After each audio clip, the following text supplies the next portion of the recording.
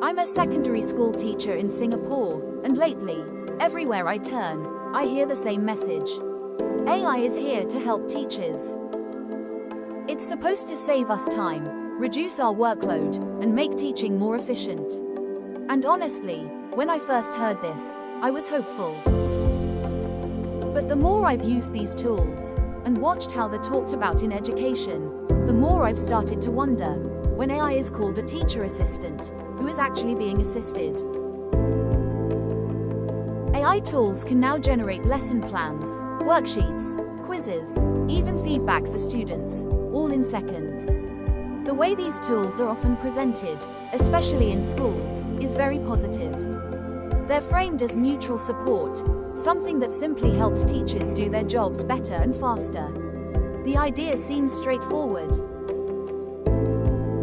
If teachers spend less time on admin or preparation, then we'll have more time for meaningful teaching. But what this narrative doesn't really talk about is how AI changes the kind of work teachers do, not just how long we spend working.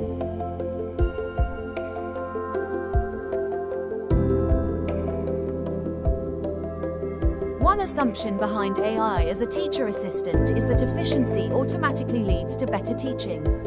But teaching isn't just about producing materials quickly. When AI generates a worksheet or a piece of feedback, I still have to read it carefully, check the accuracy, adjust the language, and think about whether it actually suits my students. In reality, I'm not doing less work, I'm doing different work. I become the editor, the checker, and the person responsible if something goes wrong. So while the output is faster, the responsibility still sits with the teacher.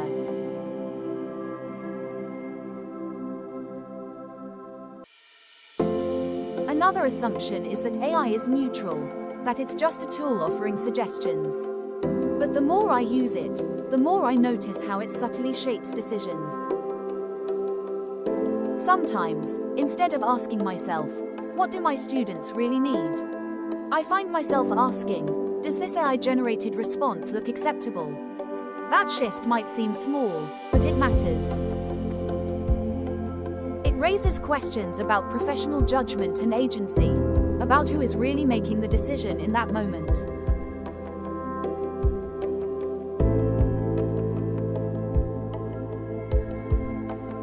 There's also this idea that teachers are the main ones who benefit from AI. But alongside the promised time saving, AI introduces new responsibilities. Teachers now have to monitor how students use AI, ensure ethical use, detect misuse, and often justify the professional decisions in AI-mediated environments. This kind of work doesn't always get talked about, but it's very real. And it adds another layer to an already complex job.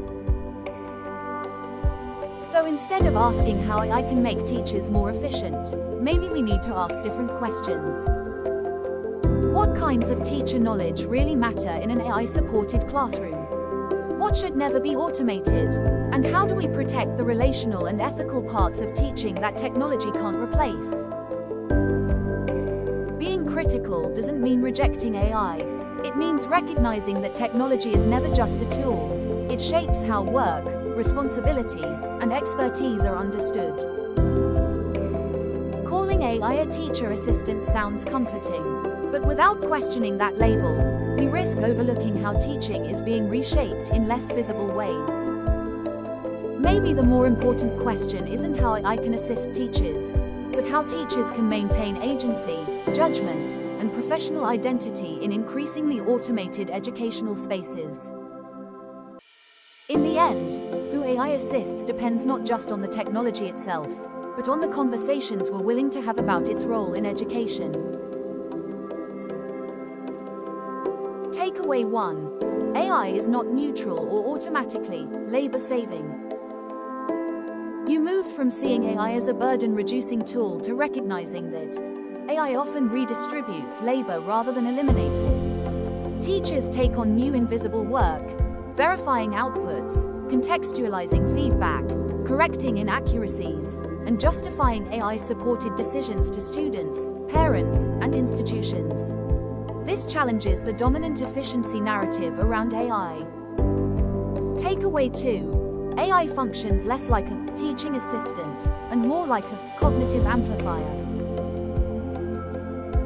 You now recognize that AI's role in grading, feedback, lesson planning, administration is not autonomous. Its usefulness depends on teacher judgment, subject expertise, pedagogical intent, ethical decision-making. Rather than replacing teacher work, AI intensifies the need for professional expertise.